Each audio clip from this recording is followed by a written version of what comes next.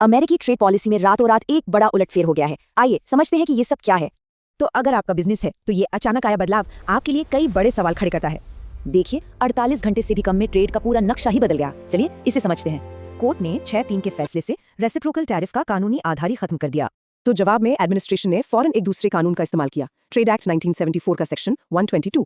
लेकिन इस नए कानूनी आधार को भी अब कोर्ट में चैलेंज किया जा रहा है।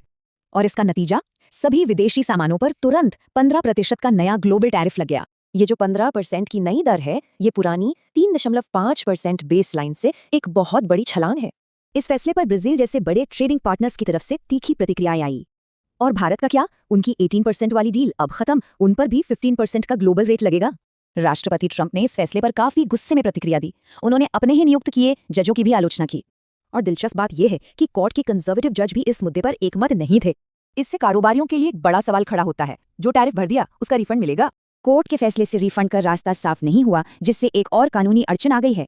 मतलब जिन इंपोर्टर्स को अपना पैसा वापस चाहिए उन्हें खुद केस फाइल करना होगा।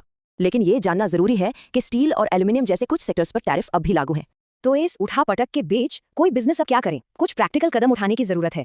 तो अगले 30 दिन की अनिश्चितता से निपटने के लिए ये 3 कदम उठाए जा सकते हैं। ये पूरा मामला एक बड़ा सवाल खड़ा करता है। बदलते माहौल में सप्लाई चेन को मजबूत कैसे बनाया जाए?